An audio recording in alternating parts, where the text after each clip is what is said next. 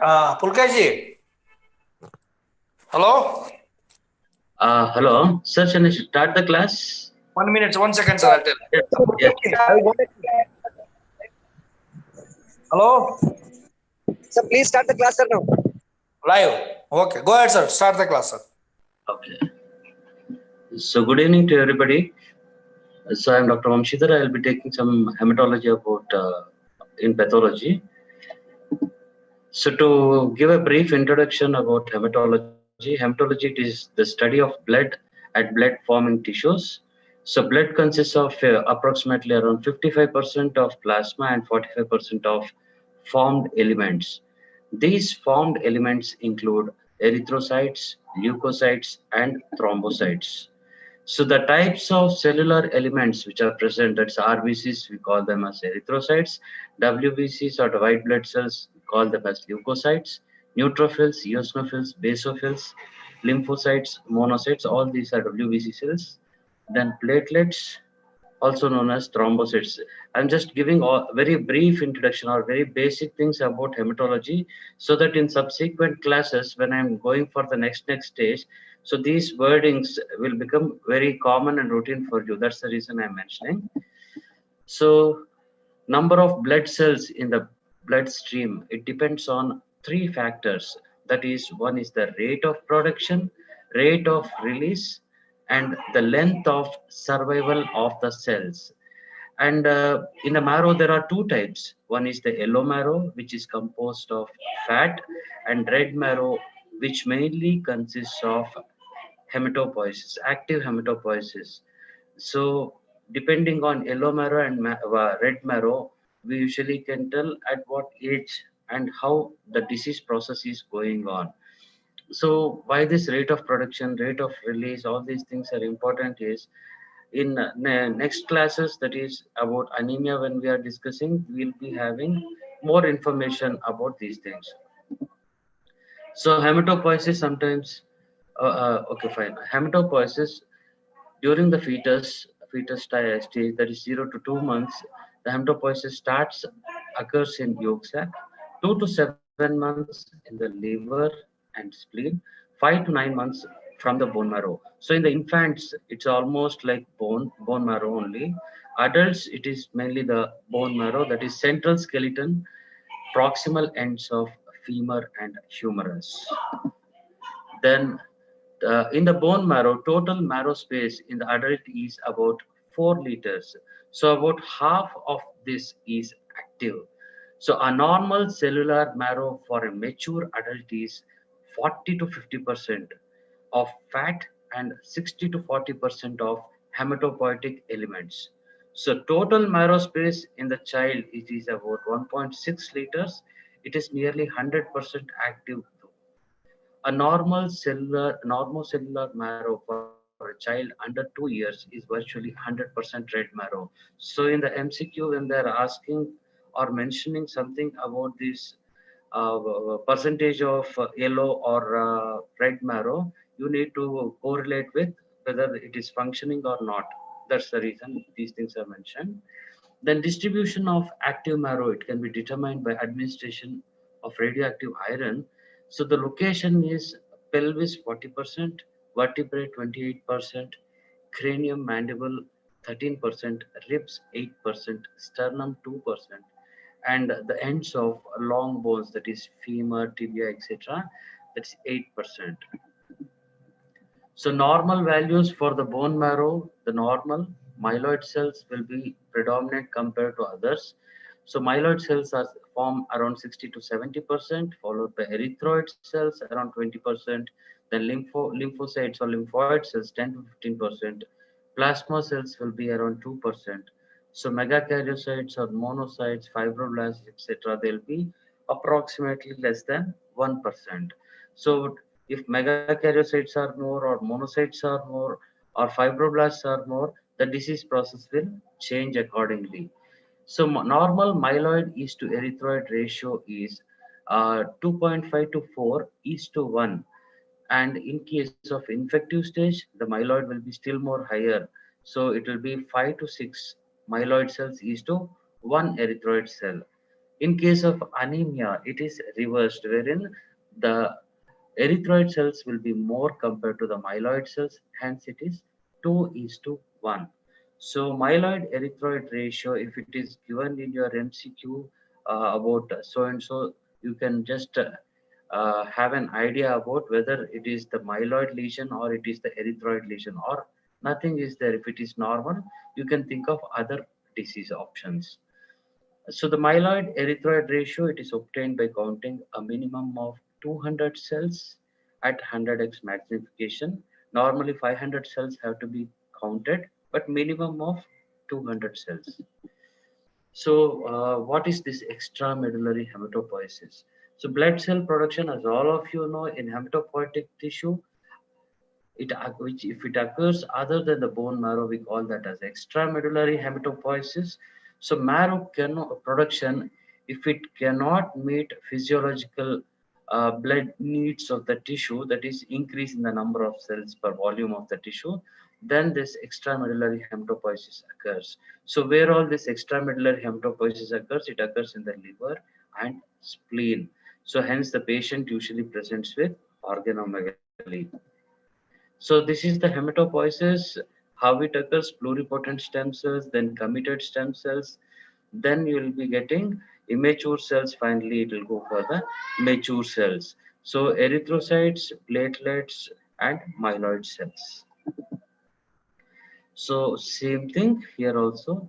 So here you get these pluripotent cells, wherein the cells can multiply in any plural. Pluripotent means it can differentiate into any type of cells. Multipotent stem cells, they are restricted to only certain type of stem cells, whereas these directed stem cells, they are directed only to one type of cells. So depending on the type of lineage to which it has to differentiate, and what deficiency has occurred, what has been lost, so that will be again formed. So erythropoiesis, the initial phase is pro-erythroblast. So today I'll be just telling about anemia and some things about RBCs. So erythropoiesis, the beginning phase, it is a pro-erythroblast, then basophilic erythroblast, polychromatic erythroblast, orthochromatic erythroblast, then you get the reticulocyte, and finally the erythrocyte. So all these color changes are mainly because of the presence of RNA or these ribosomes, because of that these colors. So initially it is a nucleated cell. So finally when it becomes a reticulocyte, almost the nucleus is lost. In erythrocyte, you do not have any nucleus. So the stimulus for erythropoiesis, how this erythropoietin comes, it comes from the kidney. So whenever there is blood loss or RBCs are reduced, there is stimulation of production of erythropoietin from the kidney, and this erythropoietin in turn will cause activation of erythroid precursors through the colony forming unit of erythroid series. Finally, there is production of mature erythrocytes.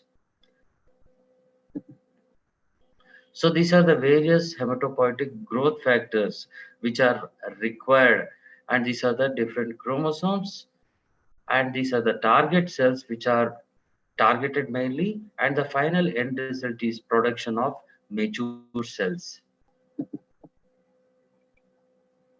This is the source from where those cells come. Okay. Reticulocytes, these are young RBCs which have extruded their nucleus, but still they contain large amounts of RNA. That is, a reticulum is basically RNA. The average half-life is 4.8 hours, so plus or minus 1.9 hours. The maturation time is prolonged in case of thalassemias, pernicious anemia in relapse, then anemia of uremia. So there are various conditions wherein the maturation time is prolonged. These three are more common. The normal reticulocyte count, it is 1.5 to 2%. If it is higher, that indicates there is a stimulation to RBC production. So more reticulocytes are produced, there is more RBC destruction. That's why more production is required. So these reticulocytes, they retain the RNA and ribosomes. The reticulocyte continues to produce hemoglobin. So during this transformation of a reticulocyte into a mature RBC, it loses RNA. So the reticulocyte can produce up to 30% of the body's total hemoglobin stores. The other 70 to 80% it is made in the pre-reticulocyte stages. It's also involved in the transformation of reticulocyte to mature RBC, where there is gradual loss of membrane transferrin receptors. So what is this anemia? Anemia, it is decrease in the number of circulating red blood cell mass and thereby oxygen carrying capacity. It is one of the most common hematological disorder by far, and almost always it is a secondary disorder. That is, there is an underlying primary disorder to which anemia is usually a secondary disorder. As such, it is critical for all practitioners to know how to evaluate or determine its cause or treat them. So, what are the symptoms of anemia? It mainly includes fatigue, weakness, syncope, decreased appetite, and occasionally chest pain, shock, or congestive heart failure.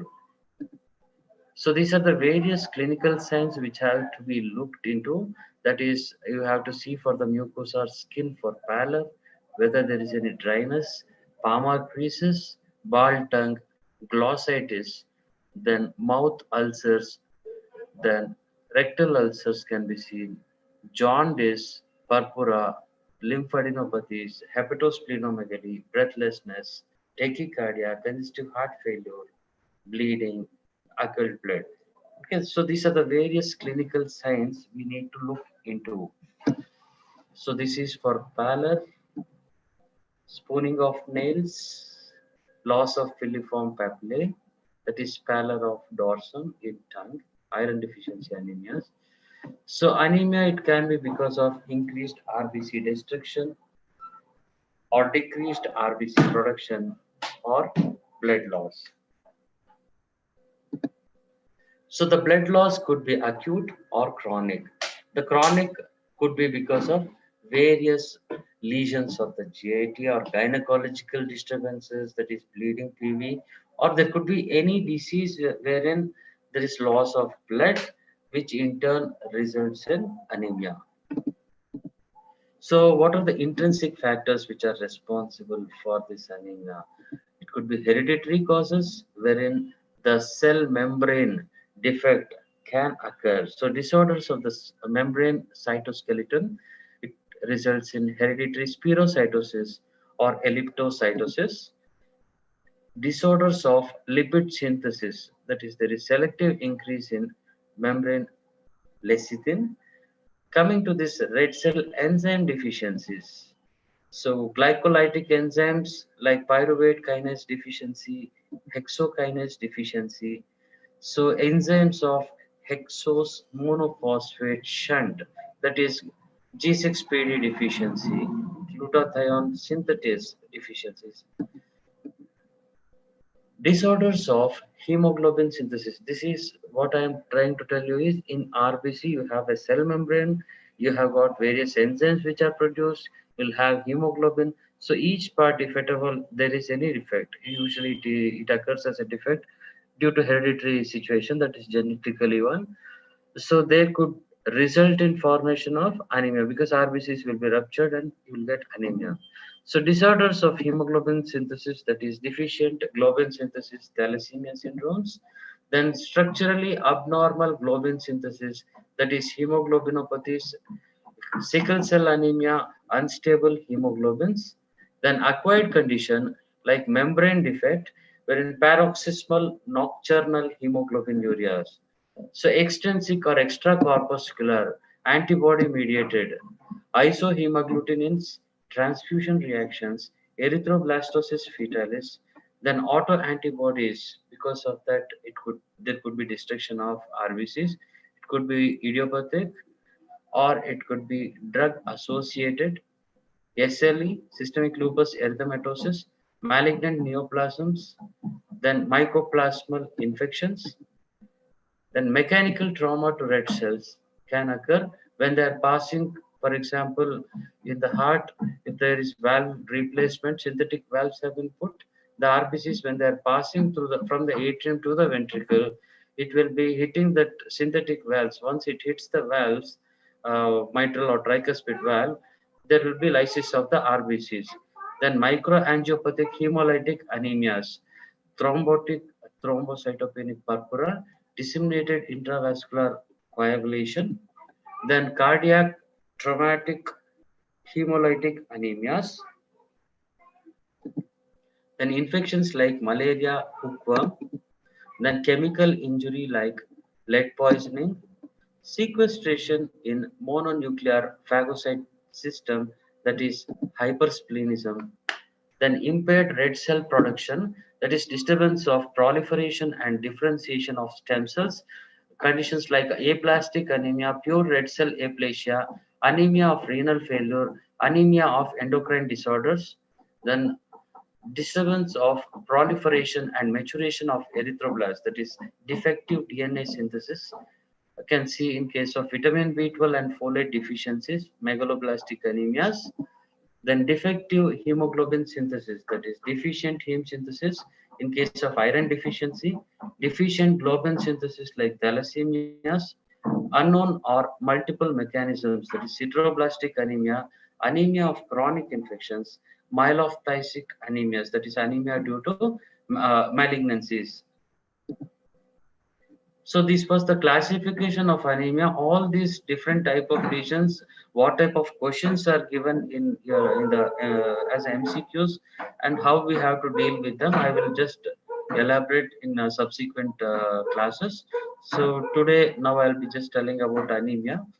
Anemia, it is first thing, a careful patient history for evidence of blood loss should include questions regarding gastrointestinal bleeding, that is hematemesis, melena, hematochezia, orchisia, hemoptysis, epistaxis, hematuria. Menstrual blood loss should be estimated, and questions asked regarding this menorrhagia or metrorrhagia, that is excessive bleeding or irregular bleeding PV. So this one of the important tests, that is quack test for occult blood. It is based on detection of endogenous peroxidase in RBCs. So what actually the reaction is, RBC, that is the endogenous peroxidase plus hydrogen peroxide plus quack, it gives a blue quinone reaction product. So that's how occult blood test it is done. So medical history in determining the cause of anemia, that's papillary atrophy of the tongue and angular stomatitis, are they are common in megaloblastic anemia. It's secondary to vitamin B12 deficiency. Then peripheral neuropathy and paresthesias may accompany vitamin B12 deficiency. History of a malignancy and the record of treatment are important. So a review of all medications is also indicated. Then dietary questions may be important in assessing anemias of childhood or elderly. Other questions regarding the patient's age and sex, their habits regarding exercise, alcohol, and smoking should also be considered when investigating evidence of anemia. See, why I am telling you all these things are, when they are giving a question on anemia, that is of 5-year-old child presented with so and so findings, malaise, fatigue, and all, that will be common for all anemias. So don't go for a particular type of anemia. It is general for all anemias. So for a 40 years age man, excessive alcohol, and he's a chronic smoker, still the patient will be having anemia. Okay, that could be a common factor. That's the reason all these things I am trying to elaborate for you. So screening test, what we usually do is clinical signs and symptoms of anemia, routine hemoglobin estimation. So commonly we take HB of less than 12 grams as anemic. So and hematocrit, one of the other important factor, wherein 57% plasma volume, 1% buffy coat, and 42% hematocrit. So that is the packed red cells, how much it is.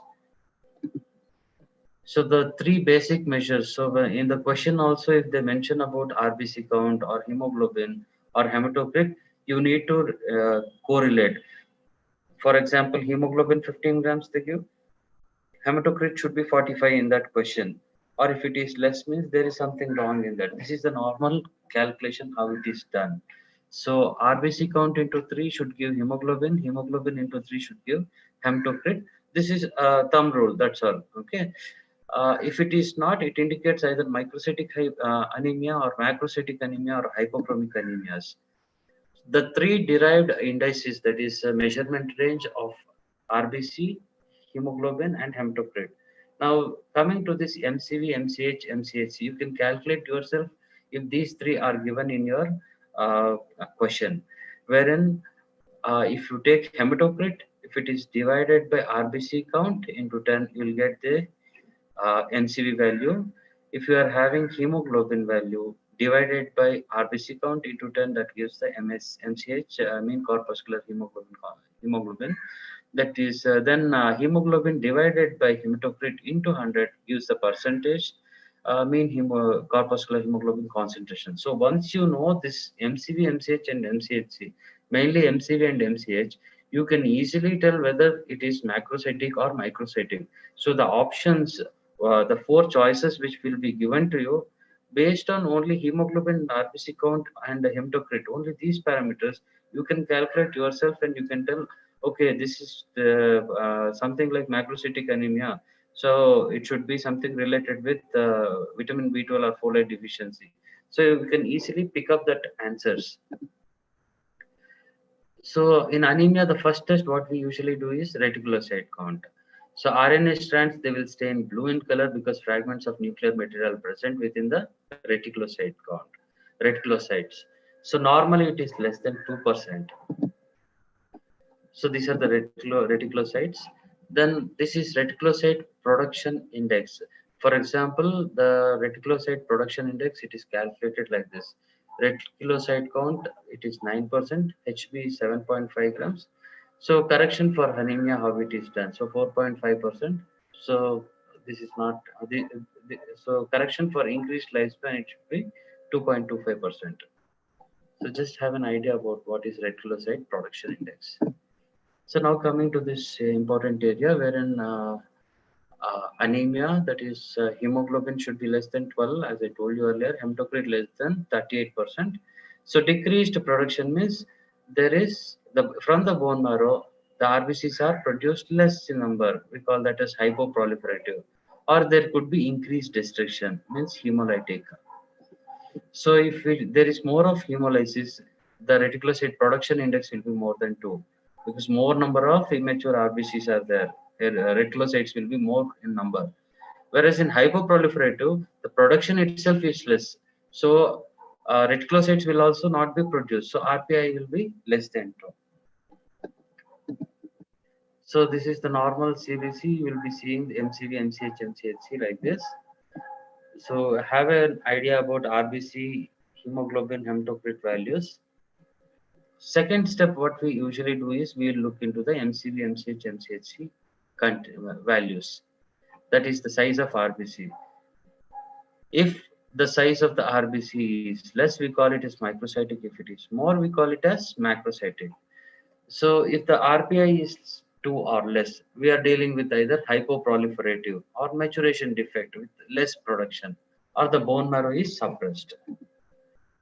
So based on the size of the RBC, microcytic, normocytic and macrocytic. So 80 to 100 is the normal range, and less than 80 or more than 100, we have to know that one.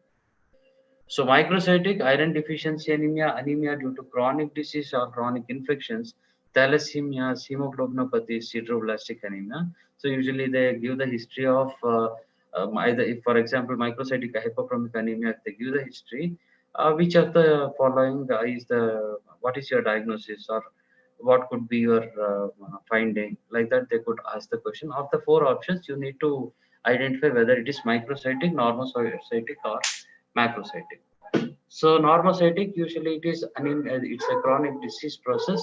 Here it is chronic infections.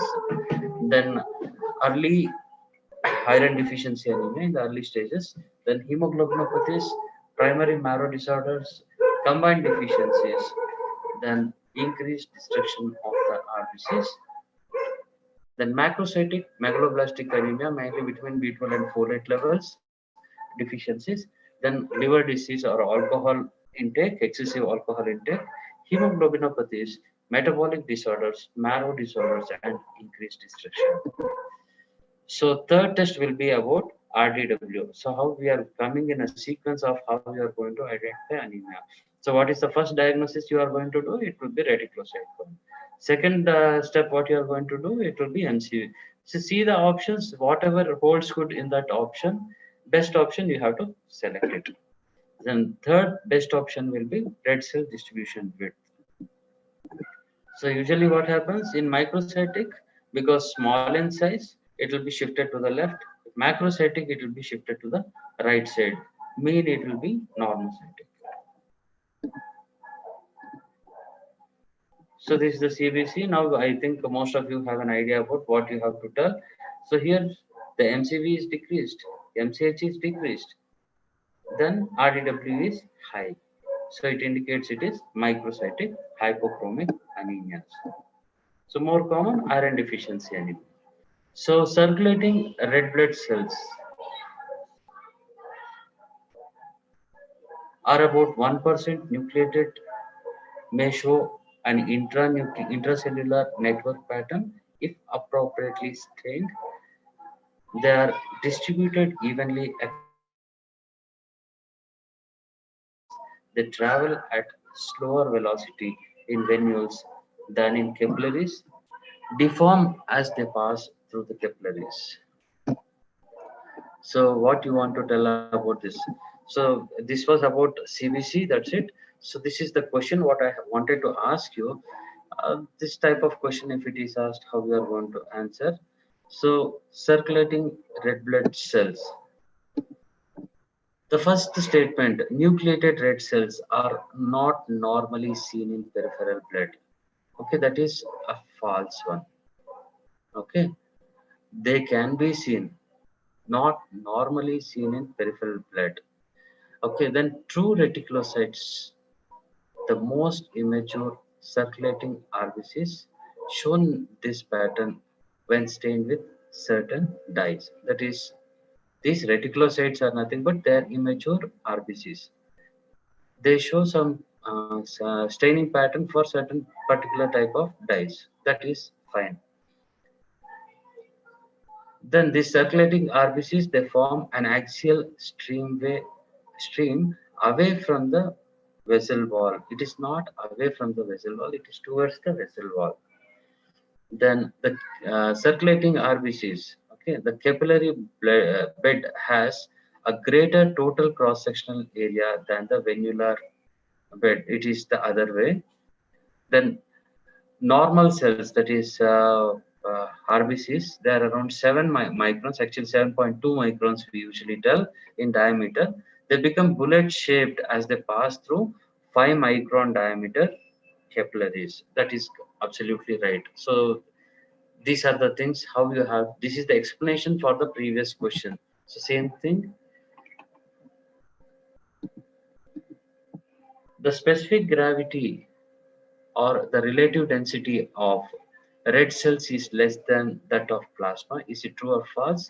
Then plasma is due more to its protein than to its electrolyte content. Then plasma decreases as extracellular fluid and electrolytes are lost.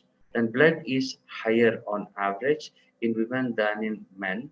Then urine can fall below 1 in water diuresis. Okay. So red cells, they are heavier and hence sediment on standing is false. The mass of plasma proteins, that is 70 to 80 gram per liter, it is far exceeds that of plasma electrolytes. It's true. Then the specific gravity increases. This plasma specific gravity is an index of extracellular fluid volume if protein levels are normal. Then it's high specific gravity, it's higher in men who have higher hematocrit, it is false. Specific gravity of pure water is 1. Urine is water plus solutes. Okay, that's important. So this is another type of question, how it is asked.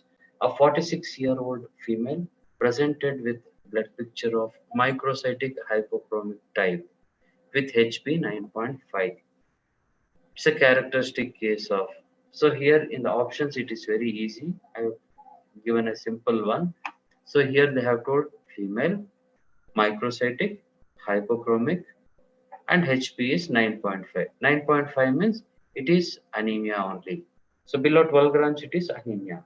So microcytic hypochromic anemia. So in which condition? So megaloblastic anemia is again vitamin B12 deficiency. Folate deficiency, again it is it results in macrocytic anemias.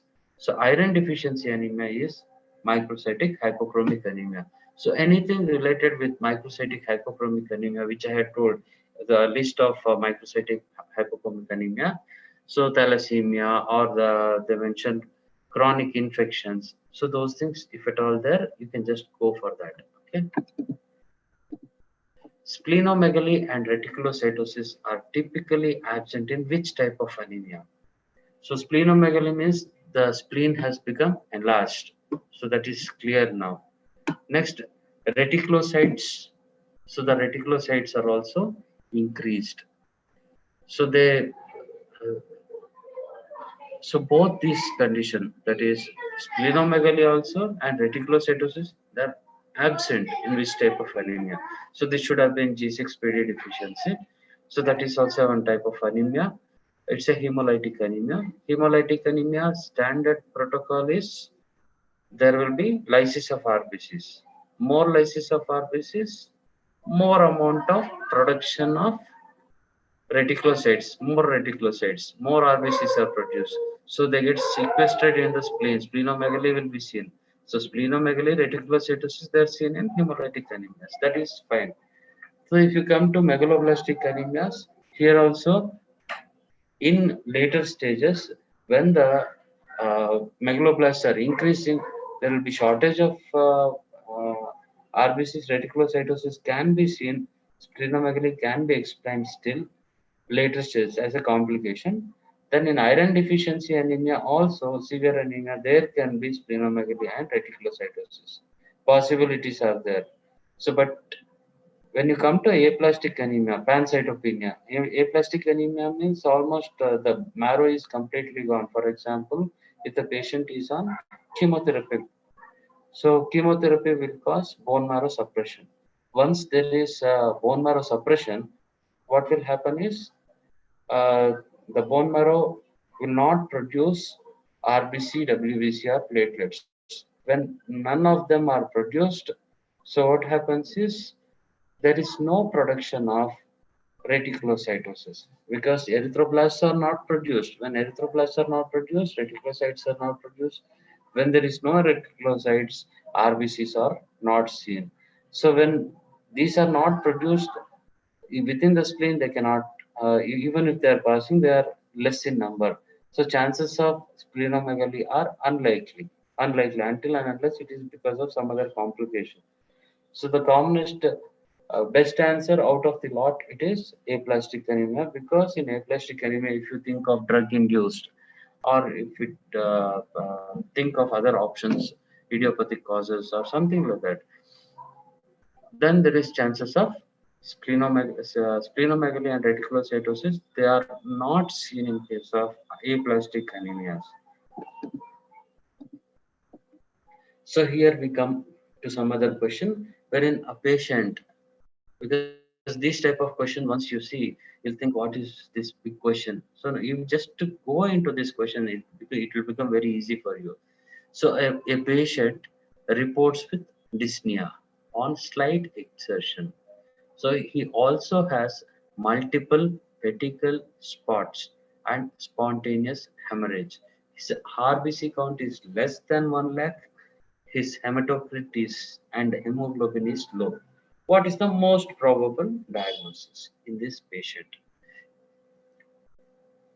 So here what we have understood is his hemoglobin is low. Once hemoglobin and hematocrit are low, we know that the patient is having anemia. So we will fix for anemia. So next important. So we have also been given that the patient is having dyspnea or slight exertion. So dyspnea on slight exertion could be complication of anemia because RBC count is less than 1 lakh. So severe type of anemia. That's the reason even on dyspnea there is slight exertion. So certainly we can think of that. Then he has multiple pedicle spots and spontaneous hemorrhage. So multiple pedicle spots. What do you understand by multiple pedicle spots? Multiple pedicle spots here, it suggests there is some problem with coagulation system or platelet count. So probably the reason could be there is decrease in platelet count. So once there is decrease in the platelet count, so what will happen? There is pedicle spots. So platelet counts are reduced, RBC count is reduced. So in pernicious anemia, what we usually see in pernicious anemia, it is because of intrinsic factor deficiency. We will see intrinsic factor deficiency. So the vitamin B12 cannot be taken further and it cannot be observed. So this results in pernicious anemia. Fine. Next, thalassemia. In thalassemia, what will happen? And pernicious anemia, there should have been other features also because of vitamin B12, macrocytic anemia. The other features of should have been there rather than pedicle spots and all. Okay. So this I will discuss in the when I'm taking about megaloblastic anemia or macrocytic anemias. When I discuss during that time, I'll elaborate more about pernicious anemia. So in thalassemia also, it is a hemolytic anemia. So this thalassemia, that is a hemolytic anemia, what happens in hemolytic anemia? The RBCs, when they are passing in the blood, they can be ruptured anywhere. They can be ruptured because of antibodies which are produced against autoantibodies production against the RBCs, or there could be defect in the RBC itself on the membrane or in the hemoglobin, or it could be in the enzymes, any of them. So thalassemia usually it is something defect within this hemoglobin. You can just think like that. There's defect within the RBCs. So when there is defect in the RBC, the RBC will be lysed. Once the RBCs get lysed, what will happen? There should be production of more number of RBCs. So more number of RBCs means reticulocytosis should be seen, and they have to pass through the spleen. Splenic sequestration can occur. Splenomegaly will be seen in these patients. So splenomegaly has to be there. There should have been reticulocytosis. So that has not been mentioned here. Any of those features are not in favor. Sprue, that is tropical sprue, that is a intestinal disorder wherein there is slow blood loss. But here the amount of RBC count, the blood, it should be in millions. Here it's less than 1 lakh, means severe decrease in RBC count has occurred. So at least we can assess that there are two lineages of cells which are defective. One is RBC, the other one is platelet. So bicytopenia. So bicytopenia can be seen in aplastic anemia. So you have to correlate like that. You have to come to a conclusion, keeping all the four options you have to keep in your mind. First option, second option, third, fourth option. Some option nearing it will be for the second option or third option, something like that it will be in the exam. But final, you have to make which is the nearest or best answer for the given question.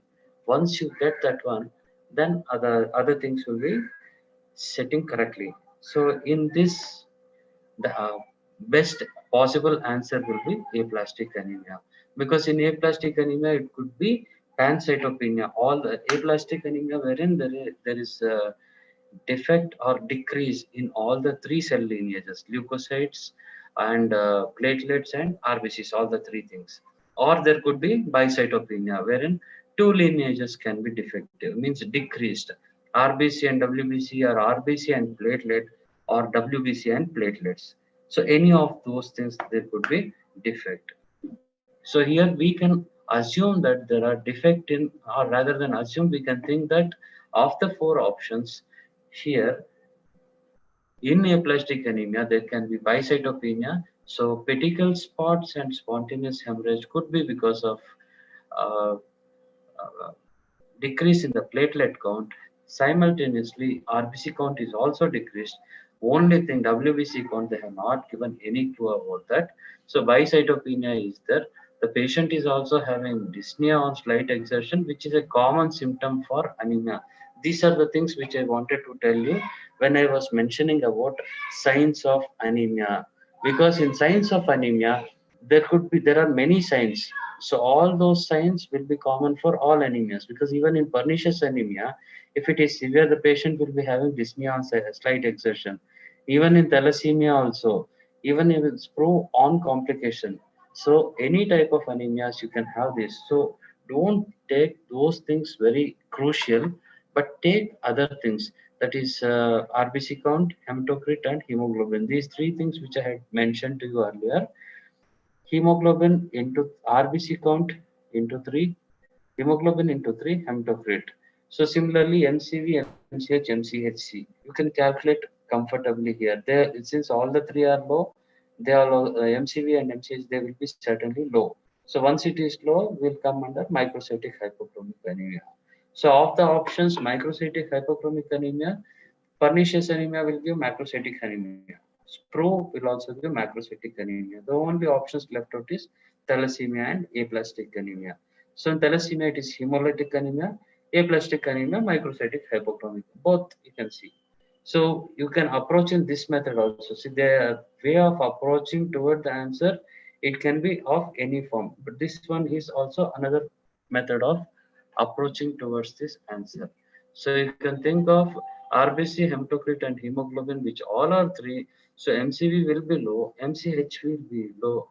So it will be microcytic hypochromic anemia. Pernicious anemia is macrocytic. Thalassemia also, it is microcytic hypochromic. Aplastic anemia can be microcytic hypochromic. SPRO, it is, there is defect in this intestine wherein absorption of B12 occurs. So certainly that is also ruled out. So only options which are left out is thalassemia and aplastic anemia, because both show microcytic hypochromic anemia.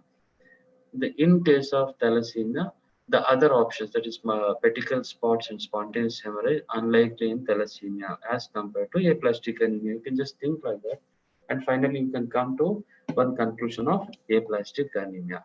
So I have just tried to explain to you what are the different type of questions which can be asked, and how you need to approach, that is, which is of four options. If they have given for you four options, true false, like that, if you can delete whether that answer is correct or wrong, then you can come to a proper or approach a particular answer.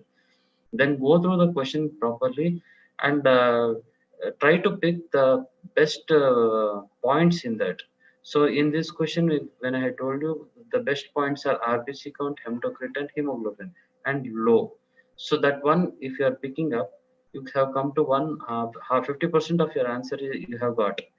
Then remaining answer, you have to take another important points. Then finally come to a conclusion of what is your answer, and you will be always right.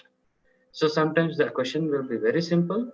You can answer it. See here in this question, straightforward question.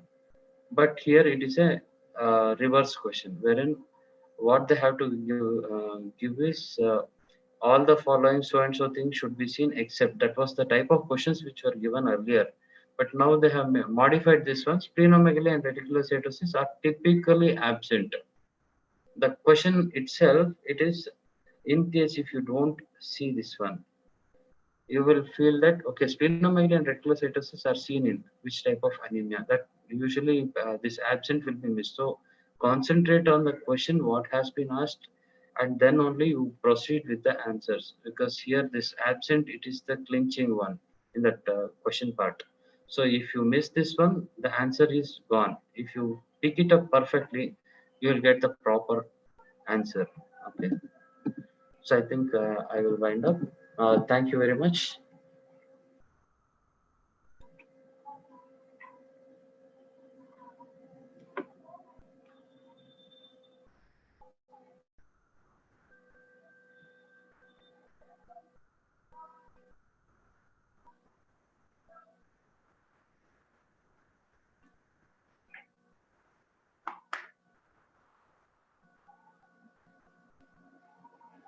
Hello, Pulkesh, just I completed the class.